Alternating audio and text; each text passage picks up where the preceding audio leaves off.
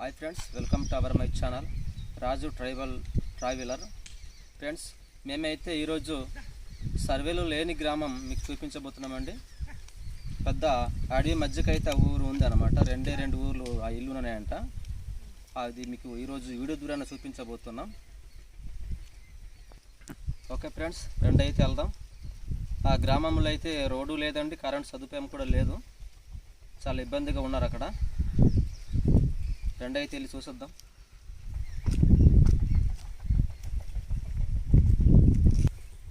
చూడండి ఫ్రెండ్స్, మేమైతే అడవి మధ్య నుంచి వెళ్తున్నాం. చూడండి ఎలా ఉందో కొండ, చూడండి పెద్ద పెద్ద చెట్లు ఉన్నాయన్నమాట. చూడండి మరి తిరిగాడానికి అయితే చాలా ఇబ్బందిగా ఉంటుంది.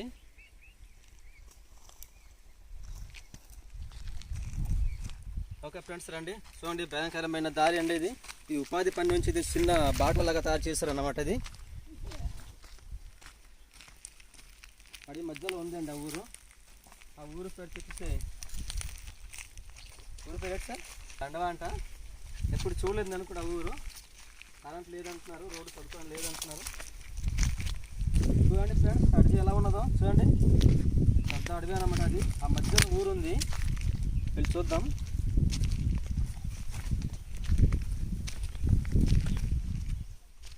చూడండి ఫ్రెండ్స్, ఈ అడవి ఎంత దట్టమైన అడవి చూడండి.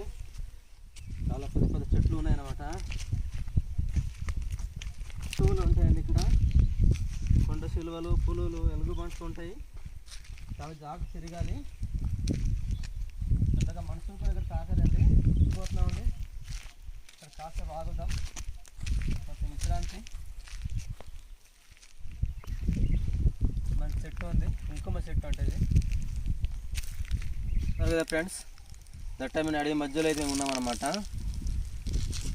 ఆ ఊరు అడవి మధ్యలో ఉంది. అది డౌన్ దిగేయాలా. అక్కడ ఎలా జీవిస్తున్నారో కూడా తెలియదండి. చాలా ఇబ్బందిగా అయిన జీవితం జీవిస్తూ ఉన్నారు అక్కడ. ఎప్పుడైనా రావి చెట్టు చూసారా? చూడండి, చిన్న చిన్న అలికేళ్ళ కాయలు కాసి ఉన్నాయి. చూడండి, ఈ పిట్టలు ఎక్కువ తింటాయన్నమాట ఈ కాయలు. మేమైతే దీన్ని రావి చెట్టు అంటాము. మీరు మీ ఏరియాలో ఏమని పిలుస్తారో కామెంట్ చేయండి.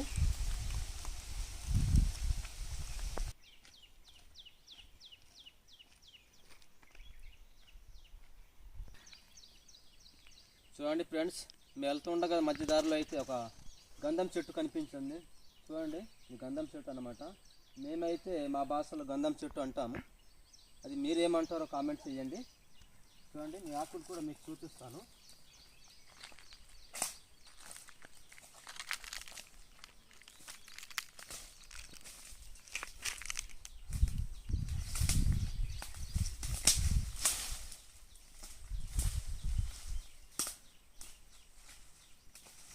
చూడండి, ఇలాగ ఉంటాయన్నమాట గంధం చెట్టు ఆకులు. చిన్న చిన్నవిగా పొడవుగా ఉంటాయి. అంత పొడవుగా ఏమి ఉండవు. చూడండి, గంధపు చెట్టు ఆకులు అన్నమాట ఇవి. ఇది అమ్ముతారండి, మంచి రేటు కొంటారు దీన్ని. చెట్టు నరికినప్పుడు లోపల సేవ అనేది ఉంటుంది. ఆ సేవ అమ్ముతారు అన్నమాట.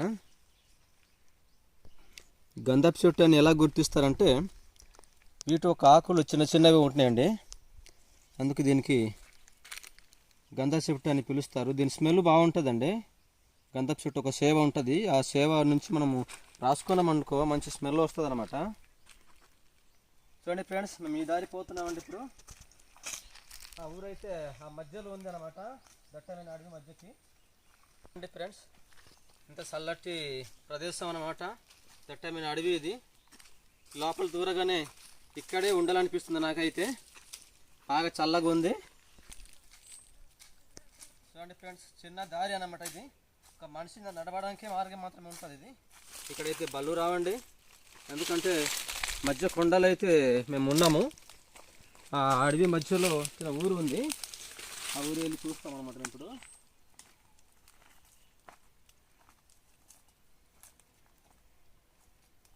చూడండి, ఇలా పోవాలి. ఘాట్ ఎక్కాలన్నమాట. చూడండి, ఇది ఎక్కాలంటే చాలా కష్టం. చాలా కష్టపడి ఎక్కాలన్నమాట ఘాటి.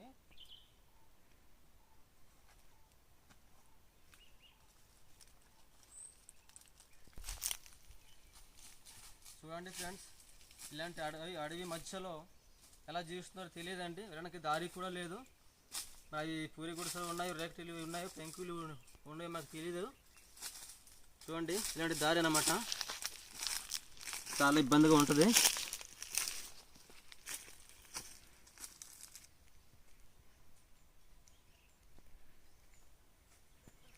చూడండి ఫ్రెండ్స్, ఈ మధ్యకాయ అనమాట. చూడండి ఇది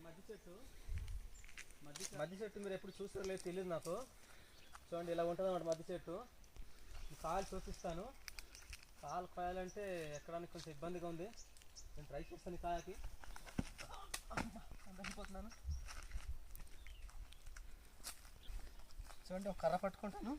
కాయ తెంపాలి కదా, మామూలుగా అయితే ఎదురులేకపోతున్నాను అనమాట.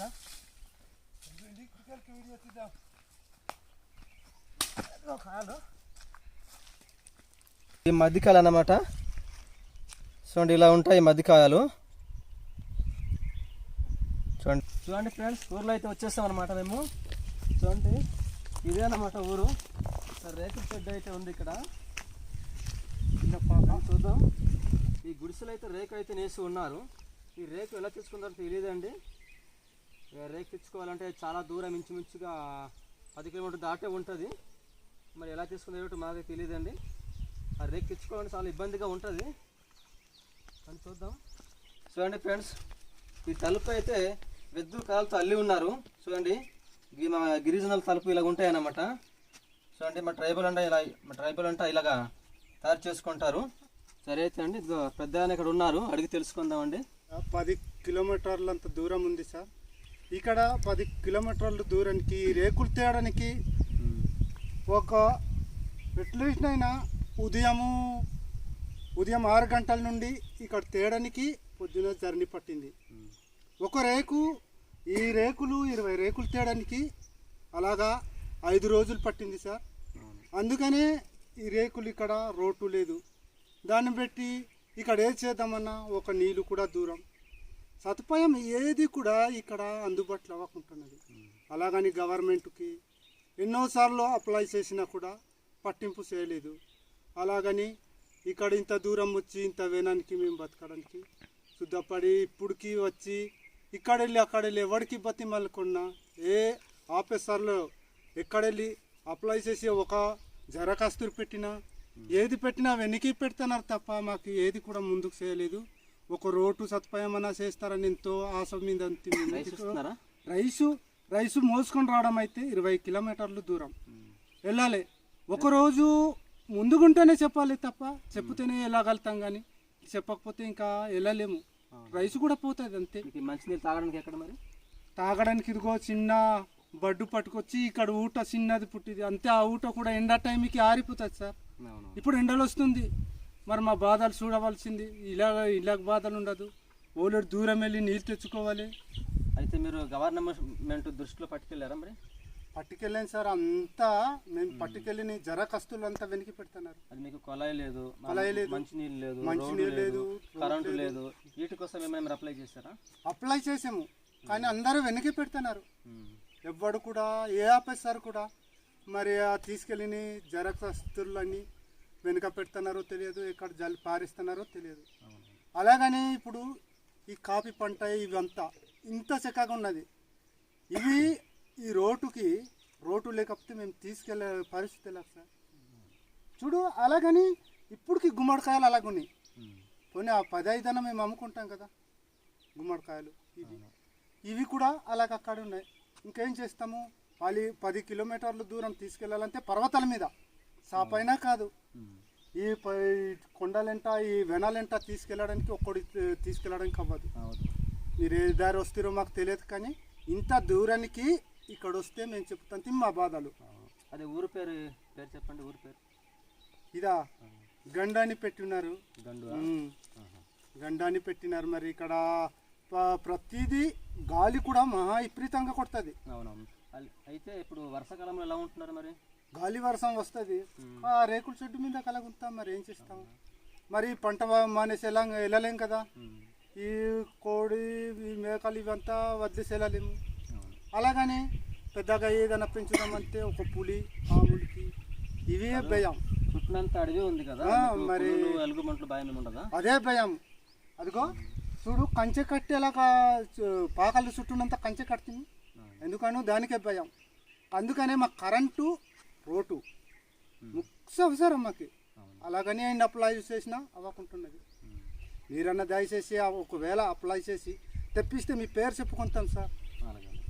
చూసారు కదా ఫ్రెండ్స్, ఒక పెద్దానికి అయితే వీరు ఒక జీవన విధానం విషయాలన్నీ అడిగి తెలుసుకున్నాము. చూడండి, మేమైతే ఇప్పుడు అడవి మధ్యలో ఉన్నామన్నమాట. ఇక్కడ 2 కుటుంబాలు జీవిస్తూ ఉన్నాయి. ఇక్కడ కరెంటు లేదు, రోడ్డు సదుపాయం లేదు, మంచినీళ్ళు లేదు. చాలా ఇబ్బందిగా ఇక్కడ జీవన విధానం అనేది గడుపుతున్నారు. ఫ్రెండ్స్ చూడండి, ఇలాంటి కుటుంబానికి మనం ఆదుకోవాలి. ఇలాంటి వీడియోలు మీకు చేసి ఎన్నో మీకు పెడతాము. ఫ్రెండ్స్, ఈ వీడియో గవర్నమెంట్ దృష్టిలో వెళ్ళేలాగా షేర్ చేయండి. ఫ్రెండ్స్, మా ఛానల్ని కొత్తగా మీరు చూసినట్లయితే సబ్స్క్రైబ్ అవ్వండి, లైక్ చేయండి. మరిన్ని వీడియోల కోసము మా ఛానల్ని సబ్స్క్రైబ్ చేయండి. ఫ్రెండ్స్, మీరు ఇచ్చే బహుమానానికి మా ధన్యవాదాలు. కాకపోతే మేము ఇంత వెనక్కుంటామని మీరు రోడ్డు కానీ కరెంటు కానీ సప్లై చేస్తే మీరు ఒక దేవుళ్ళు అనుకుంటాము. మేము మీరు ఇచ్చే దారి మేలు చేస్తారంతే, మీరు ఇచ్చే కరెంటు మాకు వెలుగిస్తారంతే. ఈ గండాని గారికి మా పదానికి వేలుంటుంది. మీరు ఎన్నో మాలాంటి కుటుంబాలు ఎన్నో జనాలు ఉన్నారు. ఆ కుటుంబాలకి బాగు చేసిన వారు అవుతారు. బాయ్. మేము కూడా బయలుదేరుతాం. చాలా దూరం వెళ్ళాలి. ఇప్పుడు మేము చేసిన మీరు చేసిన మేలుకి ఎప్పటికీ మరవలేము. ఎందుకంటే మీరు వస్తారు కష్టపడి. సంతోషం.